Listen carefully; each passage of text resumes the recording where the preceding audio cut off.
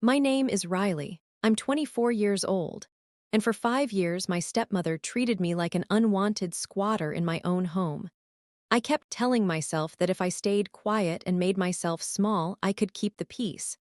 But the day everything cracked open was last Christmas Eve. I walked up the driveway to find my bags packed on the porch and the locks changed. Under the door, she had slid a single note. "This is my house now. Go sleep on the street." She didn't just do this privately. She did it while 10 of her relatives sat in my living room. Through the front window, I could see her brother setting his drink on the coffee table, turning his head to watch me stand shivering in the snow. She was erasing me from the only place that had still felt like mine. I paid the property taxes. They drank the champagne. I kept the roof from caving in. She acted like I had never belonged under it. I thought I had lost everything, and for 7 days I lived in my car believing it. I was wrong. She thought she had already won. She had no idea what I had found in the county archives, or what the sheriff and I were holding when we knocked on her door a week later. What happened next didn't just ruin her holiday, it completely destroyed the fake empire she had built. Before I go on, take a moment to like and subscribe, but only if this story speaks to you. Drop your location and local time in the comments. The silence in the house changed the moment the dirt hit my father's casket. Before that, Brenda had been a background character, a soft-spoken woman who brought my dad tea and laughed at his stories. But once he was gone, she stopped laughing. She started moving furniture. It started with the small things. She moved my mother's old ceramic canisters from the kitchen counter to a box in the garage. Then she replaced the curtains. By the end of the first month, the house felt like a museum dedicated to a woman I barely knew. Brenda didn't work. She never had. My father had been a successful contractor, and he left behind a house that was fully paid off and a modest life. But a house like ours isn't free. There are property taxes. There is insurance. There is the constant hum of the HVAC system and the way the roof starts to groan after a heavy rain. I was working 2 jobs, one at a local dental office and another pulling weekend shifts at a diner, just to keep the lights on. I didn't mind. I loved that house. Every floorboard had my father's fingerprints on it. I figured if I just kept my head down and covered the costs, Brenda and I could exist in a quiet, mutual peace. I was wrong. Brenda didn't want peace, she wanted a stage. By the third month, the house was never empty.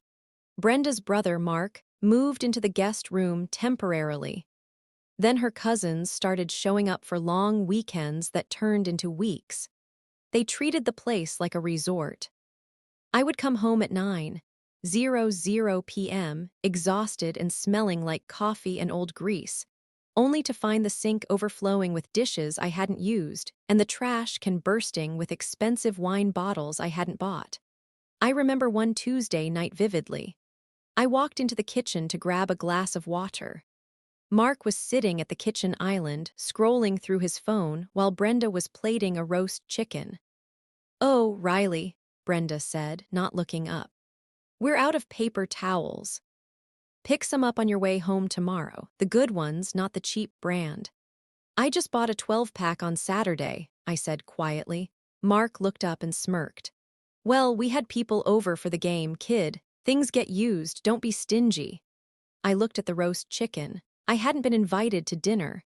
I went to my room and ate a granola bar. I told myself it was fine.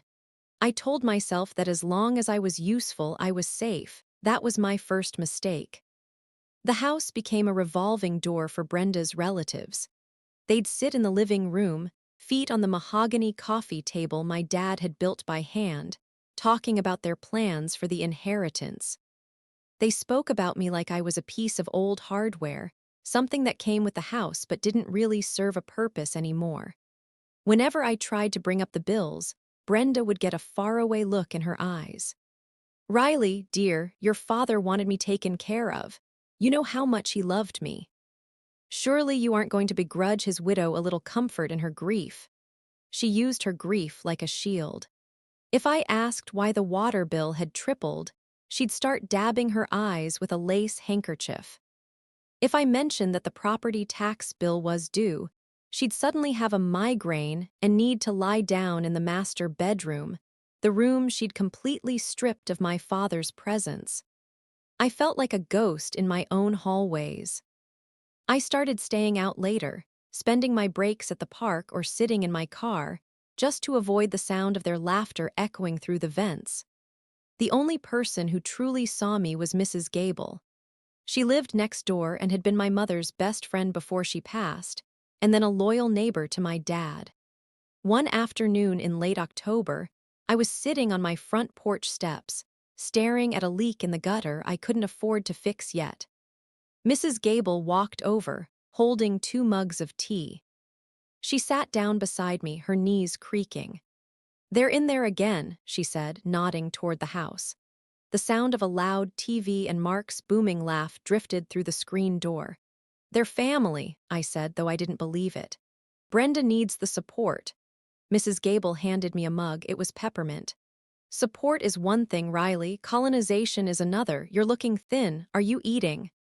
"I'm fine, Mrs. Gable. I'm just making myself small. If I don't cause trouble, things stay steady." She turned to me, her eyes sharp behind her glasses. "You can't make yourself small enough to satisfy someone who wants you gone. Your father built this house for you, Riley. Not for her brother to lounge in, remember that." I thanked her for the tea, but I didn't really listen. I thought that if I worked harder, if I paid more, if I stayed quieter, I could earn my stay. I thought the house was the anchor that kept me connected to my dad. I didn't realize that Brenda was already cutting the rope. By the time November rolled around, the atmosphere shifted from cold to hostile. The guests weren't leaving. The bills were getting higher, and Brenda stopped pretending to be a grieving widow whenever I was in the room. I thought if I paid the bills and kept a low profile, we could get along. But then November came, and the first real frost hit the ground. The heating bill arrived on a Tuesday. It was printed on bright blue paper, and the number at the bottom made my stomach drop. It was nearly double what it had been the previous month. I knew why. Mark and the cousins liked the house to feel like a tropical resort, even while the windows were frosted over with Tennessee ice. They'd leave the gas fireplace running all night and keep the thermostat cranked to 74. I waited until dinner. I didn't have a plate, but I sat at the table anyway. Brenda was laughing at something Mark had said, a glass of Chardonnay in her hand. "Brenda," I said, sliding the blue paper across the table, "we need to talk about the utilities. The heating bill is $400. I can't cover this alone on top of the property taxes and the grocery run I did yesterday." The laughter stopped instantly. It was like I had walked into a funeral and started telling jokes. Brenda didn't even look at the bill. She looked at Mark, then back at me, her eyes narrowing. "Riley, honestly," she said, her voice dropping that sweet, honeyed tone she used for the neighbors. "You're going to sit here and nickel and dime your father's widow, in the house he built for me." "He built it for us," I said, my voice shaking. "And I'm the only one putting money into it. Mark has been here 3 months. He hasn't chipped in for a single light bulb." Mark leaned back in his chair, folding his arms. He didn't look guilty. He looked annoyed. "I'm family, kid. I'm helping Brenda through a hard time. Maybe if you weren't so obsessed with your little bank account, you'd see that." "It's not a little bank account, Mark. It's empty," I snapped. Brenda stood up. She didn't scream. She did something worse. She adopted a tone of weary, saintly disappointment. "I've tried to be patient, Riley. I really have. I took you in when you had nowhere else to go. I let you stay in your childhood room out of the goodness of my heart. But your egoism is toxic. You're making this a hostile environment for my family." "Your family," I whispered. "I'm the one who belongs here." "Not if you can't be part of a household," Brenda said. She looked at Mark. "Mark, you were saying how cramped you are in the guest room, weren't you?" Mark grinned. It was a slow, ugly movement. "Yeah, hard to get my work done in there." "Fine," Brenda said, looking back at me. Since Riley thinks she's the one paying for everything, she can see how it feels to live in a space that reflects her attitude. Mark is moving into your bedroom tonight, Riley. You can move your things to the basement. The room went cold. The basement wasn't finished. It was a concrete box with a single flickering bulb and a floor that stayed damp from the foundation leaks I hadn't been able to afford to fix yet. You can't do that, I said. It's my house, she said firmly. I am the widow. My name is on the mail. If you don't like it, the front door works just fine. But if you want to stay under this roof, you move, tonight. I looked at Mark. He was already standing up, heading toward the stairs. I followed him, trying to block the doorway to my room, but he just leaned his shoulder into me and pushed past. He started grabbing my books off the nightstand and tossing them into a cardboard box. Careful with those, I said, my voice breaking. Move 'em yourself then, he said. I spent the next 3 hours dragging my life down a flight of narrow wooden stairs. My bed frame wouldn't fit, so I had to drag the mattress down and lay it directly on the cold concrete. Brenda stood at the top of the basement stairs, watching me struggle with a heavy chest of drawers that had belonged to my mother. She didn't offer to help. She just sipped her wine. When I finally got the last box down, I looked up. Mark was standing in my doorway, his doorway now, holding a beer. He looked down at me in the dark basement and smirked. He didn't say a word. He just closed the door and I heard the lock click. I sat on my mattress in the dark. The air smelled like mildew and old dust. Above me, I could hear the muffled sounds of them laughing, the floorboards creaking as they walked through the rooms I was paying for. This wasn't a misunderstanding. This was an eviction in slow motion. She wasn't just taking my room. She was testing to see how much of my dignity I would trade for a roof over my head. I went down to the cold basement with one box of things and told myself, if she wants a war, she's got one. The basement was more than just cold. It was a message. Every time I heard the heavy thud of Mark's boots directly over my head, I felt the walls closing in. I spent my first 3 nights down there wrapped in 3 layers of sweaters, watching my breath mist in the air. I had to go upstairs to use the bathroom or get water, and every trip felt like a trek through enemy territory. On Thursday, I decided to stop playing the victim. I went to the small desk in the corner of the basement, one of the few pieces of furniture Brenda hadn't tried to claim, and pulled out my father's old metal filing box. I had been keeping the property tax receipts and the utility records there. I realized that if Brenda was going to treat me like a stranger, I needed to protect my proof of residency. I tucked the folder into my work bag and took it with me.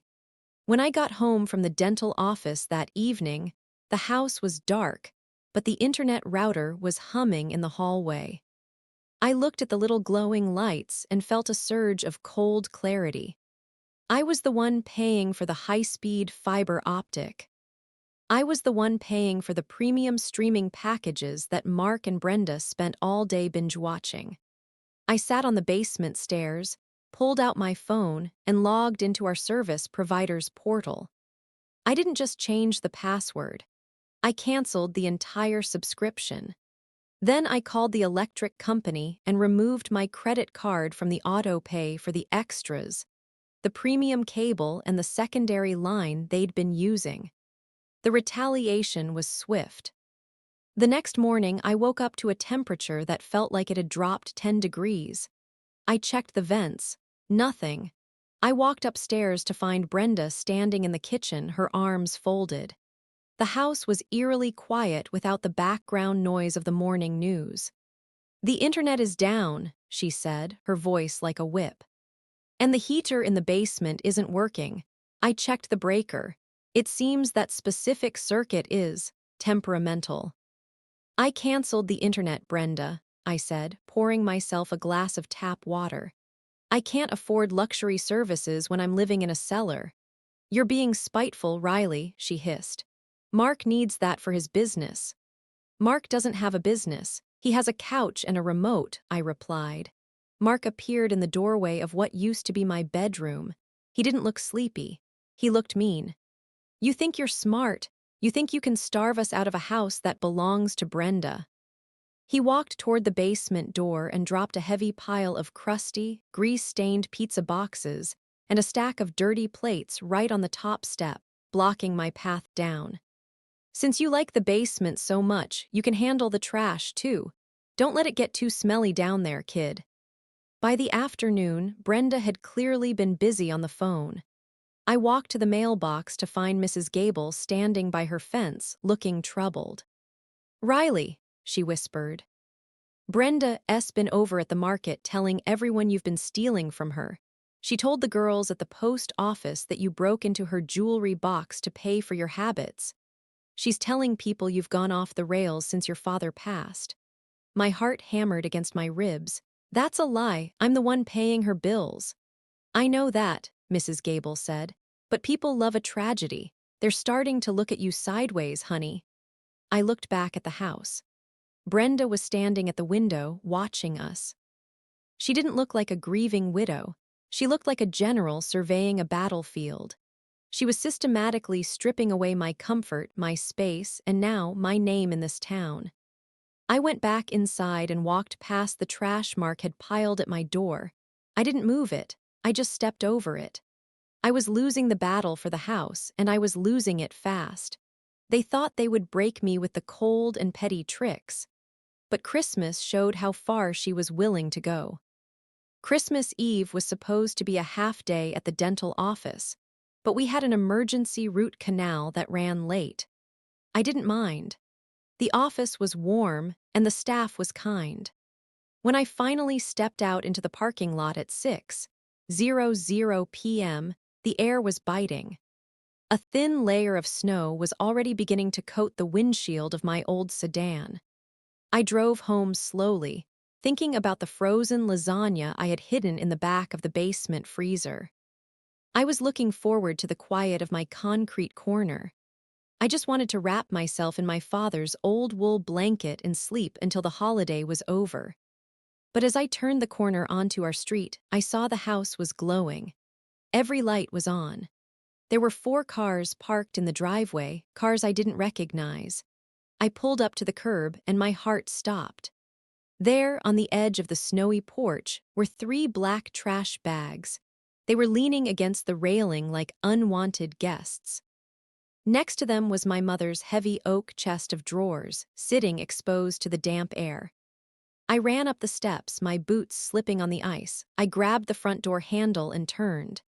It didn't budge. I pulled my keys from my pocket and jammed the silver one into the lock. It wouldn't even enter the keyway. They had changed the locks. I pounded on the door. "Brenda, Mark, open the door," no one answered. But through the large front window, the scene was crystal clear. The living room was packed. I counted at least 10 people. Brenda was wearing a new sparkly sweater, laughing as she handed a plate of appetizers to an older woman I'd never seen.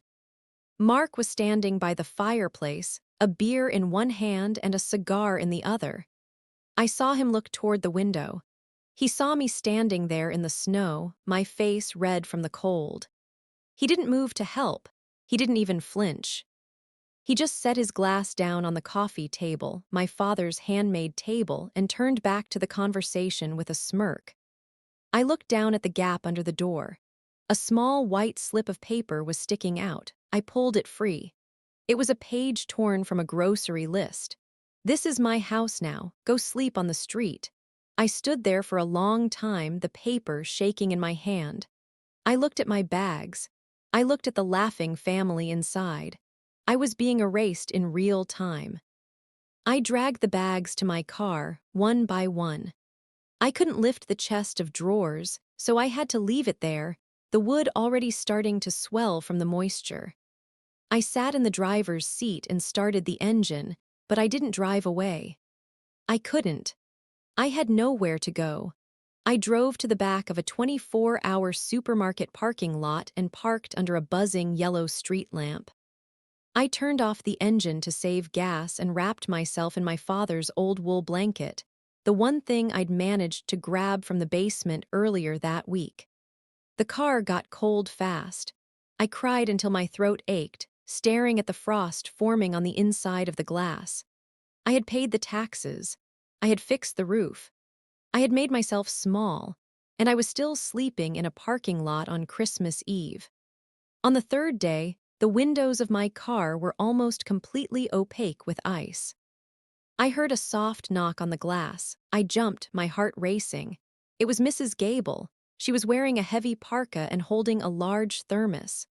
"Oh, Riley," she whispered as I rolled down the window. "I've been looking for your car all over town."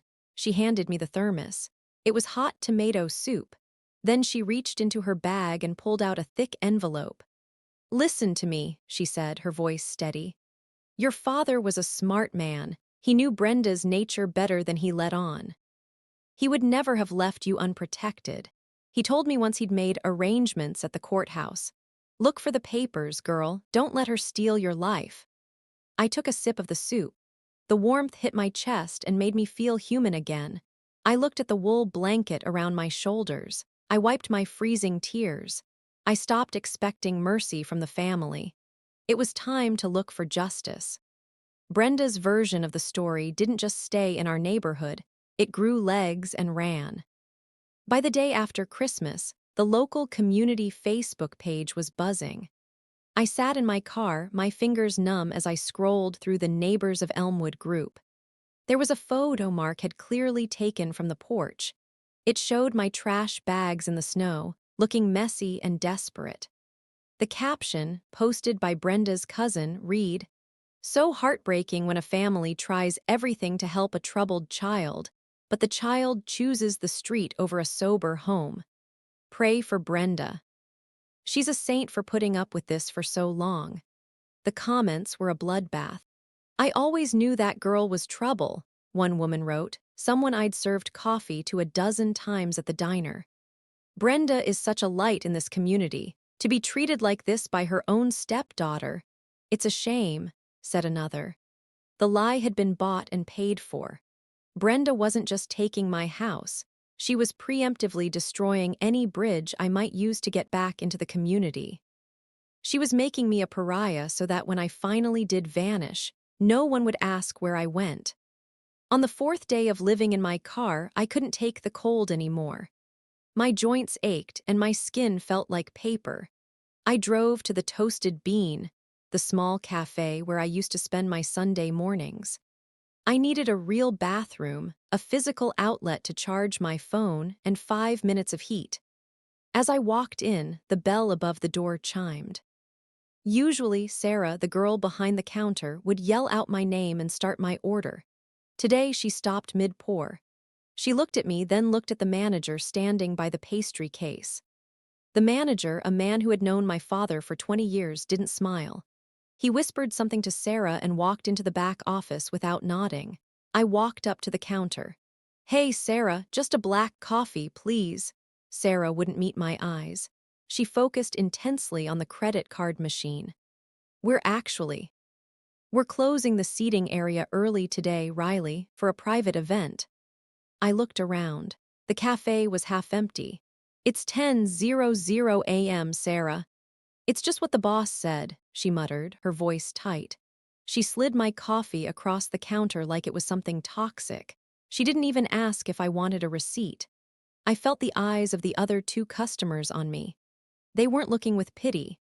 They were looking with that sharp, judgmental curiosity people reserve for a car wreck.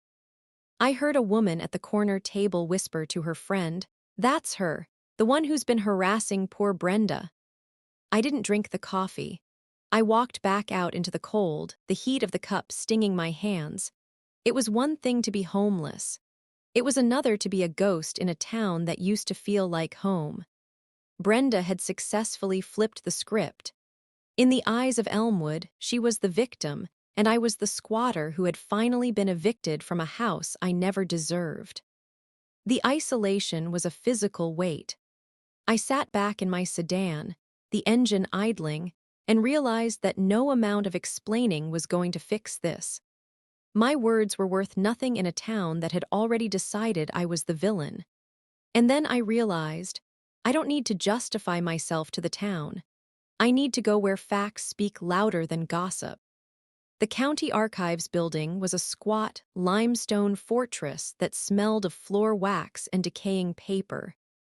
I walked in still wrapped in my dad's old wool blanket, my hair matted from sleeping in the car.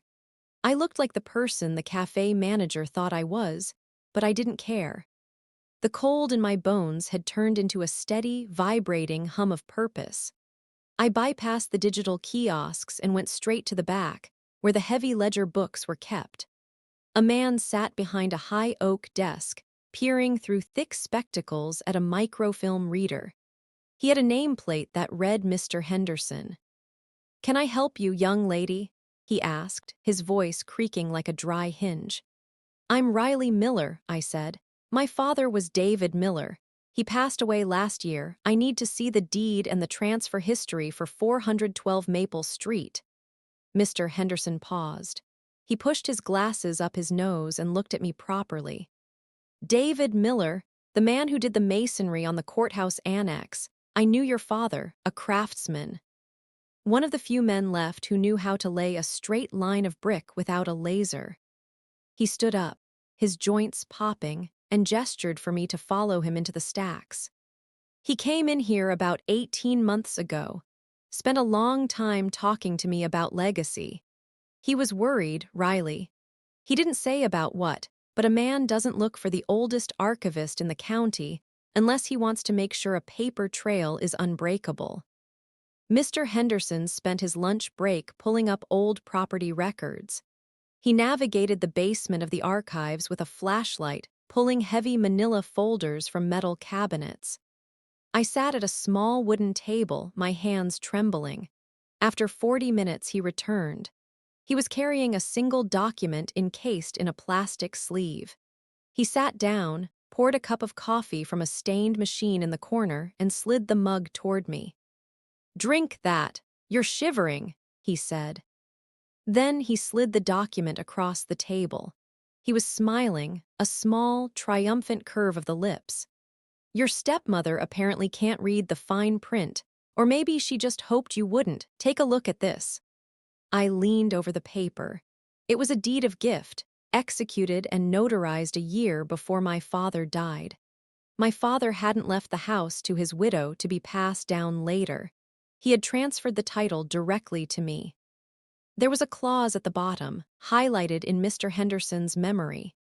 It gave Brenda the right of temporary residence as a dependent, but only until I turned 21 or in the event of his death for a grace period of 6 months to settle her affairs.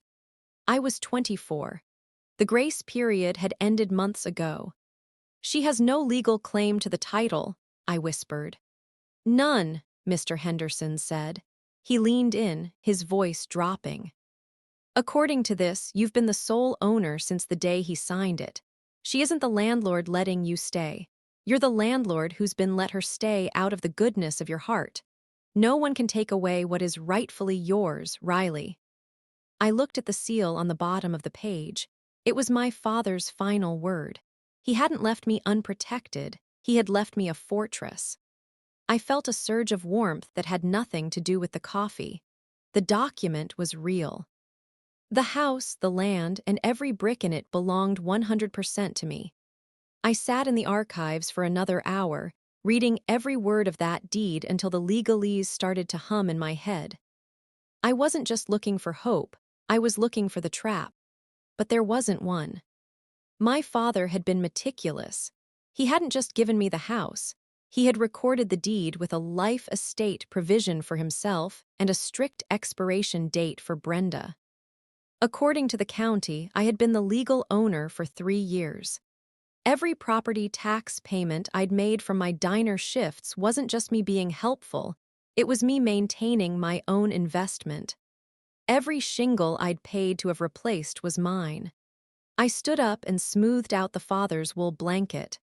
I felt a strange, cold weight settle in my chest. It wasn't anger anymore. It was strategy. I realized that if I walked back into that house and just screamed about the deed, Brenda would call the police, claim it was a forgery, and use her grieving widow act to buy another 6 months of squatting. I needed to be as precise as my father had been. I drove to the police station. My car was a mess of trash bags and fast food wrappers, but I walked into the lobby with my head up. The sergeant at the desk looked at my disheveled hair and the blanket over my arm with a weary, practiced skepticism. "Can I help you, ma'am?" "I'd like to report a trespassing," I said. I slid the certified copy of the deed and my folder of tax receipts across the counter. "My name is Riley Miller. I am the sole owner of 412 Maple Street. I was illegally locked out of my home 4 days ago by a guest whose residency rights expired 3 years ago." The sergeant frowned. He pulled the papers toward him, his eyes scanning the stamps and signatures. He didn't say anything for a long time. Then he picked up a desk phone and dialed a 3-digit extension. "Sheriff, you might want to come out here. We've got a property dispute that looks pretty one-sided." 10 minutes later, I was sitting in a small side office with Sheriff Miller, no relation, though he'd known my dad. He looked at the deed, then at the receipts, then back at me. "Riley, I saw the posts online," he said quietly. "People are saying you left on your own, that you were having a hard time." "I was having a hard time because I was sleeping in a supermarket parking lot while Brenda's brother slept in my bedroom," I said. My voice didn't shake. "I paid for the roof. I paid the taxes. She has the note she slid under my door in there. It says, 'This is my house now.' It's a confession of illegal eviction." The sheriff leaned back, his chair creaking. He looked at the tax receipts again, years of them, each one a record of my labor. "So she kicked the legal owner out into the freezing cold on Christmas Eve?" "Yes." He stood up and grabbed his hat. "Get your things together, ma'am. We're going to your house. We'll need to verify a few things on site, but if these papers are what they say they are, Brenda is about to have a very bad morning." I walked out to my car. My hands were finally warm. I looked at the police cruiser idling in the lot. For 7 days, I slept in my car. On the 8th day, I bought a new lock. The morning after New Year's was gray and brittle, the kind of cold that feels like it's trying to crack the pavement. I sat in the passenger seat of Sheriff Miller's cruiser, parked just around the corner from my house. The engine hummed low, sending a steady stream of heat toward my feet, which were finally starting to feel like they belonged to me again. "You ready, Riley?" the sheriff asked. He was checking his radio, his face set in a neutral, professional mask. "I've been ready for a week," I said. I reached into my pocket and felt the jagged edge of the new brass key I'd had cut at the hardware store. It felt like a heavy weight, a solid piece of reality. I looked at my phone. Brenda had sent me a text an hour ago. It was the first time she'd reached out since the night she locked me out. It wasn't an apology. "Hope you found a flop house," it read. The basement was starting to smell like failure anyway. "Your room makes a great home gym now. Mark says thanks for the space." I didn't reply. I watched the clock on the dashboard. It was 10:30 a.m. On New Year's Day, Brenda's house, my house, followed a ritual. They'd all sleep in late, then gather in the dining room for a massive recovery brunch. I knew exactly who would be there. Brenda, Mark, the cousins, and probably a few more of their hangers-on, all eating food I'd likely paid for on my last grocery run. "They're all in there," I said, pointing toward the 3 SUVs and the rusted truck parked in the driveway. "The whole circus." "All right then," the sheriff said. He put the car in gear and rolled slowly toward the house. "Let's go see about a trespasser." As we pulled up, I saw the front porch. My mother's oak chest of drawers was still there, now warped and gray from the snow. Seeing it like that, discarded like a piece of junk, made the last bit of my hesitation vanish. Brenda wasn't just staying in my house, she was actively destroying the things that made it mine. I stepped out of the cruiser. The silence of the neighborhood was thick, broken only by the crunch of my boots on the frozen slush. I didn't sneak. I didn't hesitate. I walked straight up the driveway. the sheriff 2 steps behind me, his boots heavy and rhythmic. Through the dining room window, I could see the steam rising from the serving platters. I saw Brenda standing at the head of the table, laughing, her hands animated as she told a story. She looked completely settled. She looked like a woman who believed she had won. She had no idea that the foundation she was standing on had already been pulled out from under her. I reached the front door and didn't knock. I just stood there, waiting for the sheriff to take the lead. I took a deep breath, opened the police car door, and walked up my own driveway. The front door wasn't even locked. Brenda was so comfortable in her stolen life that she hadn't bothered to turn the deadbolt after brunch. I pushed the door open, and the smell of bacon and expensive coffee hit me like a physical blow. In the living room, the scene was exactly what I'd seen through the window. 10 people were scattered across the furniture. Mark was sprawled in my father's favorite armchair, picking his teeth with a squint. Brenda was at the center of the sofa, holding court. "Oh, for heaven's sake," Brenda said, her voice rising in a sharp, melodic trill when she saw me. She didn't see the sheriff yet, he was still coming up the porch steps. "Riley, I told you to stay away. You're trespassing. I've already told the neighbors we're considering a restraining order for your instability." "I'm not the one trespassing, Brenda," I said. My voice was low and it carried through the room. The relatives stopped talking. The clinking of silverware against china died out. Mark stood up, his face reddening. "Get out of here, kid, you heard her. This is Brenda's house. You're lucky we haven't called the cops on you for harassment." "Actually," Sheriff Miller said, stepping into the foyer, "that's exactly why I'm here." The room froze. I watched the color drain from Brenda's face in a jagged line from her forehead to her throat. She didn't stand up. She seemed to shrink into the cushions. "Sheriff," she stammered, her hand going to her throat. "Thank goodness, I was just telling the family. Riley has been stalking the property. She's had a breakdown. I had to change the locks for our safety." Sheriff Miller didn't look at the relatives. He didn't look at the food. He walked to the center of the rug and pulled a document from his pocket. "Ma'am, I have here a certified extract of the property register for 412 Maple Street. I also have the original deed of gift recorded 18 months ago." He looked at the room, his eyes lingering on Mark. "The sole legal owner of this property is Riley Miller. According to the terms of the deed, your right of residence expired 3 years ago, or at the latest, 6 months after David Miller's passing. You were served a verbal notice of lockout by the owner 4 days ago, which was illegal." "That's a lie," Brenda screamed, finally finding her feet. "David left this house to me. He promised me." "Promises don't count in the archives, Brenda," I said.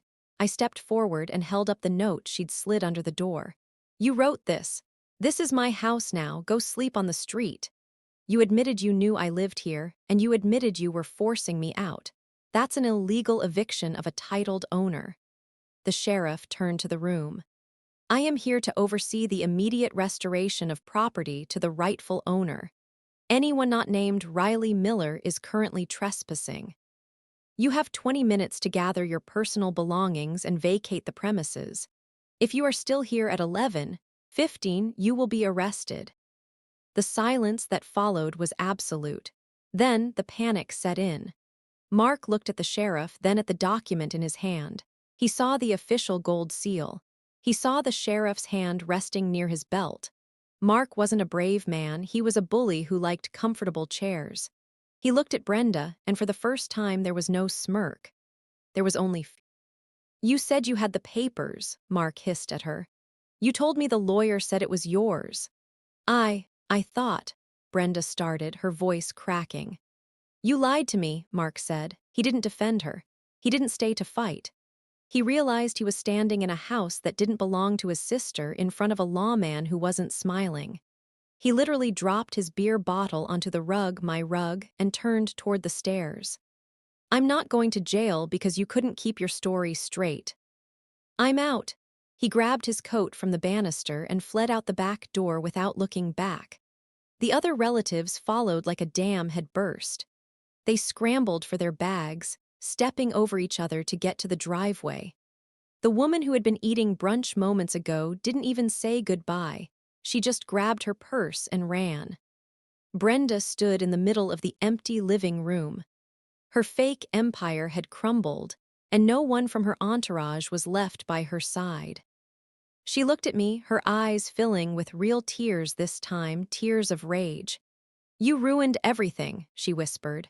"No," I said, pointing to the door. "I just took back what was mine." The police gave Brenda exactly 20 minutes. It was the longest and shortest 20 minutes of my life. I stood by the front door, my father's wool blanket still draped over my shoulders, and watched them. It wasn't like the movies. There was no grand speech. There was just the sound of dresser drawers slamming and the frantic zipping of suitcases. Brenda tried to take the silver tea set that had belonged to my grandmother. The sheriff quietly stepped in and shook his head. "Only what's yours, ma'am," he said. She dropped it back onto the sideboard with a clatter that sounded like a breaking bone. When the 20 minutes were up, the sheriff escorted her to her car. She walked down the driveway in her house slippers, clutching a designer handbag and a single trash bag of clothes. She didn't look back. She didn't have anyone to look back at. Her relatives had cleared out so fast they'd left their half-eaten brunch plates on the table. The silence that followed was heavy. I stood in the foyer and listened to the house. For the first time in a year, I didn't hear the hum of a TV I didn't turn on or the heavy footsteps of people who didn't want me there.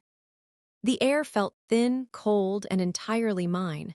I didn't celebrate. I went to the kitchen and started clearing the plates. I threw the cold bacon and the expensive pastries into the trash. I scrubbed the table until the wood shone. Then I walked upstairs.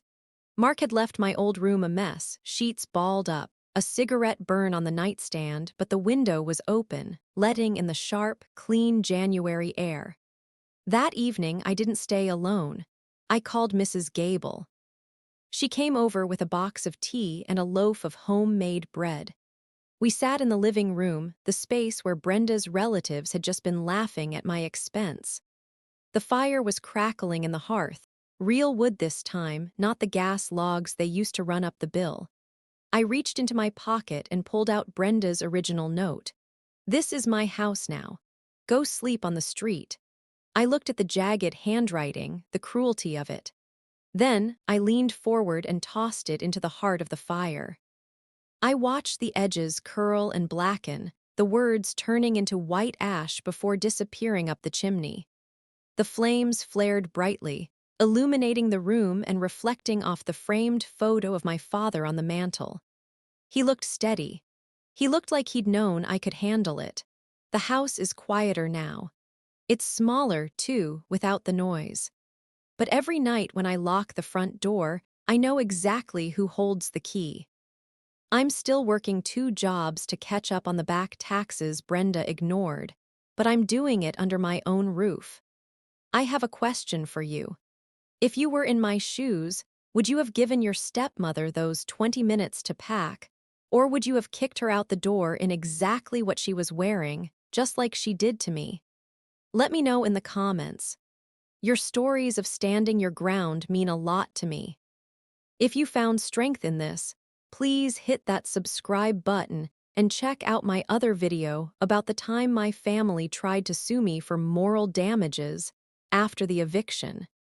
Take care of yourselves.